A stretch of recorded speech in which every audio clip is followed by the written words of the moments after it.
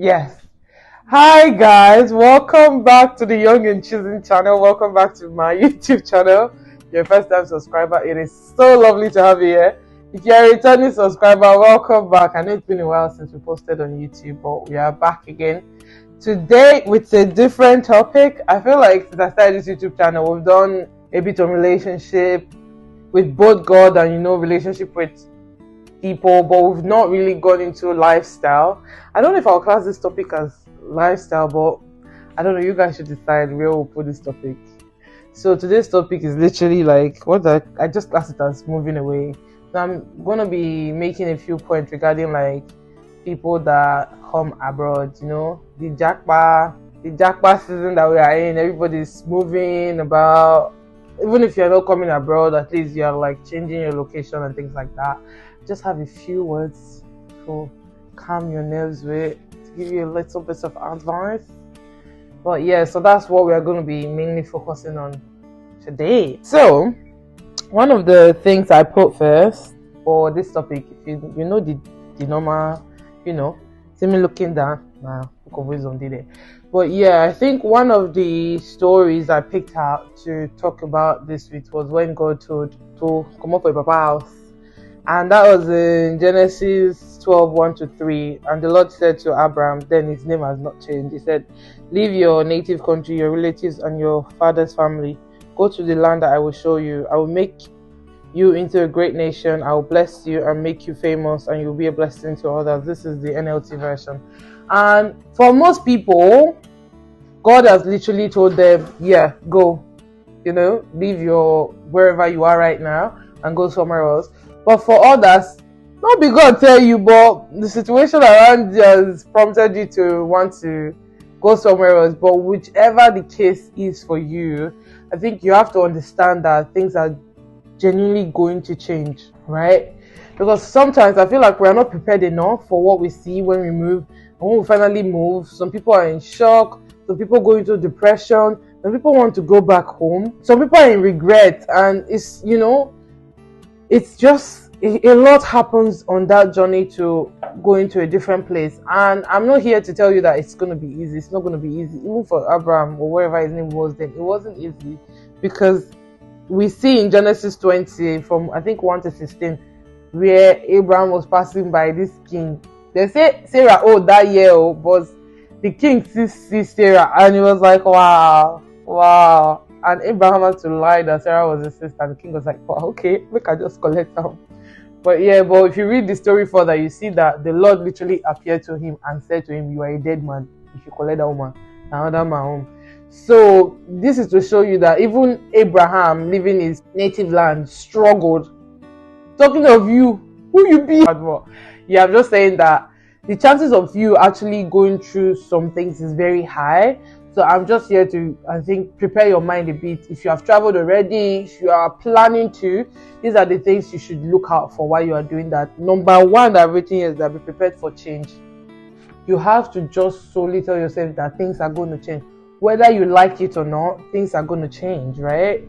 Because for most of us, we are leaving our friends, our family. Some people are even leaving their partners, and you're leaving a familiar place to somewhere else that you're not familiar with. Things will definitely change, and you have to be prepared. If you know you're somebody like me that is very adverse to change, I will advise you to prepare your mind times 2, because things will still definitely change. If you made up your mind that you're going to travel, you have to be ready for the change, right? Because when we move, right, we move for things to be better. Most people move from Nigeria, for instance, to the UK, to Canada for greener pastures, for things to be better for their family. So when we move, we just have the hope that things are going to be better. However, things are not going to be better in snap. It's not going to be better like that. When you are coming down from when you are getting off the plane, nobody is going to come and be like, welcome sir, and the house is already prepared, the car is ready. Now film you the watch, or now film you just the watch. It's not going to be like that. So we have to be prepared that things are going to change, a lot of things. And I also said there that you have to understand how much difference there's going to be in your life now. Like you will have a new version of stress. What I mean is that the fact that, for instance, I'm going to use Nigeria. I'm from Nigeria, so that's where I'm more familiar with. For instance, you're in Nigeria, you have stress of light, there's no lights, there's bad road, there's bad government, da, da, da, da, da. If you move abroad, your stress might not be there's no light, because there will be light. Your stress might not be money to not pay for electricity and pay for water and pay for your TV that you're watching. So it's going to be a new stress. You have to prepare yourself that definitely this is not it's not what I'm stressing about before that I'm going to stress about now, but there's going to be a new version of that stress. I'm not saying just bear in mind that you're going to suffer. I'm just saying that you should prepare yourself a bit more that things are not going to be all rosy and Another thing I said here is manage your expectations, right? You have to understand that things are going to be different. You might get a lower job. What I mean is, you might be a banker in Nigeria and come to the UK and be a cleaner. The pay might still be the same. That's the shocking thing due to difference in currency. But you have to understand that you have to manage your expectation that things are not going to be the same. I was talking to my mom. So she was telling me about one of her friends one of her co-workers that moved here that is seriously regretting it. That she's an Alaja and her husband was a big man in Nigeria. She said she had housemates, she had drivers. Like she's those women that are getting off the car and somebody's collecting their bag. And now they are working hard to find money to pay school fees for her husband that is not a student. She's now working as an adult carer and she's not happy. She's regretting it. And it's a thing whereby they sold everything they have in Nigeria, so they can't just run back. So it's very, so some people they go through a lot in that season, because when you see that you come from a very big place and you go straight down again, like when everybody moves here, you start from level 0 again. So for most people, it's hard for them to manage, and that's why some people fall into depression and things like that. So you have to manage your expectation. You have to you just have to have it in the back of your mind that things are not going to be rosy. Yes, people will be like, no, you can't say that. So you have to pray and believe in God. I'm not saying you should not pray and believe in God. You have to. But still, just, weigh your pros and cons and be ready for things not to be as rosy as you think they are going to be. Another thing I've said here is that embrace the church community. There's a reason why I specifically said church community here. Because most people, one of the things they lose when they move here is their faith. They lose the relationship with God. I was seeing something where somebody was saying that, my sister abroad said that if you come abroad, you realize that this Christianity thing is just for people in Nigeria. And I was baffled. And I was not just baffled because, oh my God, why was this such a thing? I was baffled because the fact that she realized and she's not trying to trace her step back with God was a problem for me.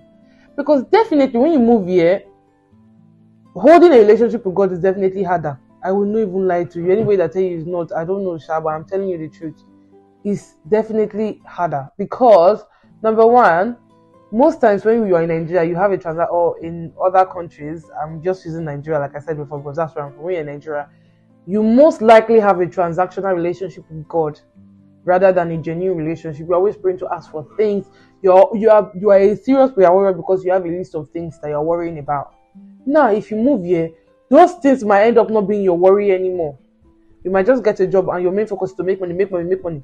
In the process of making money, you might even forget that you were a Christian, because when you realize that the Sunday shift, the pay is bigger, I don't know if you will be motivated to want to work, or when you realize that Easter Sunday, Christmas Sunday, whatever, the pay is always bigger, you might not be motivated to want to work. So most people, they lose that relationship they have with God. That's why I say embrace your church community.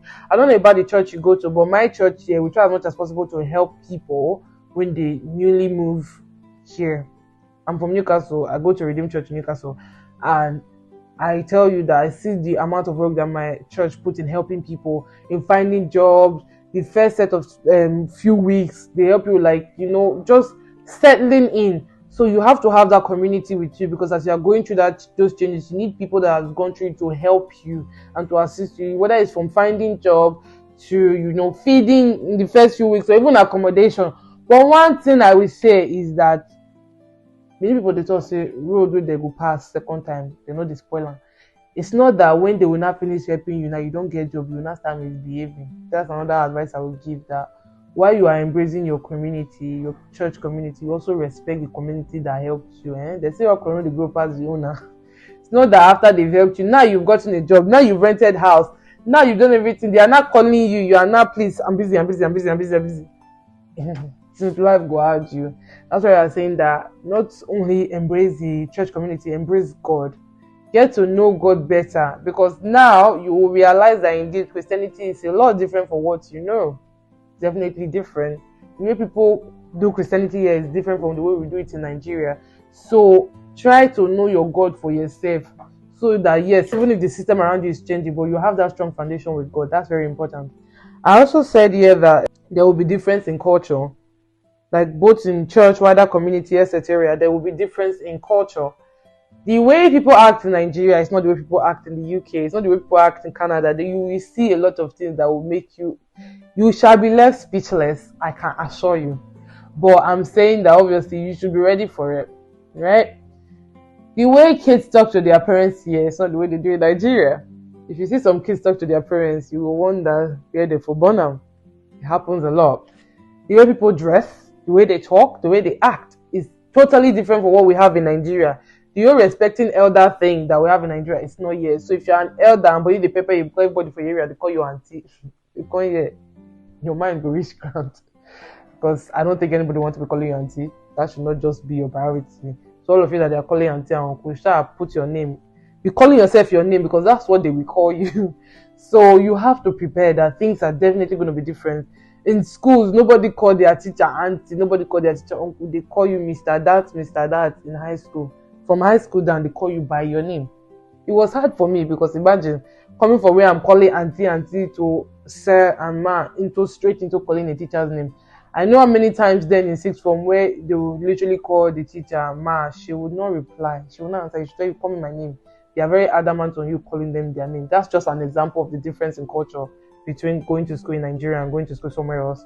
So a lot of things are going to change. When you see the way people dress on the streets, you will be speechless. But you just have to be ready. Be ready for everything. Everything is going to change. There's going to be a lot of changes. Even in church. You know, in Nigeria, there are some churches that are like, oh, you can't use trousers, you can't do this. Yeah, it's not the same. Cold go enter your body. So be ready. Just be open to what you're going to see, because you're going to see a lot of difference, right?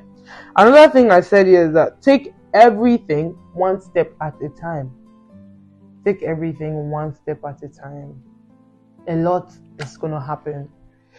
So many things are going to change at once. Just take everything one step at a time. Romans 8:28 says that all things work together for the good of those that loves God. God will help you. Pray, rely on God, He will help you. But take everything one step at a time. And I also said last that seek help if you need it. That's my last point. Seek help if you need it. If you know you are feeling a bit depressed, try to go out, make friends, be open to making new friends. Just know your core values and your morals, and God will definitely help you. If you know you need help, seek the help you need. Don't stay inside the house and be depressed. Don't just sit there and be regretting. Do the things you need to do. Use the opportunities around you to get what you want. Don't lose God. Don't lose your faith. Don't lose the most important things, your ground foundation. Do not lose them. Don't lose God. I repeat, don't lose God. You will be fine. If you've moved and you are struggling, I'm telling you, you will be fine. You will get there. In the end, yes, it will be different. Making friends will be different as well, because you have enough Wi-Fi to be calling in Nigeria. They don't have data. So your friendship will be strained, but keep God first, and every other thing will follow. You already know. But yeah, that's the end of this video. I hope you enjoyed this video. I will see you in my next video. Before you go, don't forget to like, share, subscribe, do the good stuff, comment, show love. Okay, show love. I shall see you in the next one. Take care. Bye.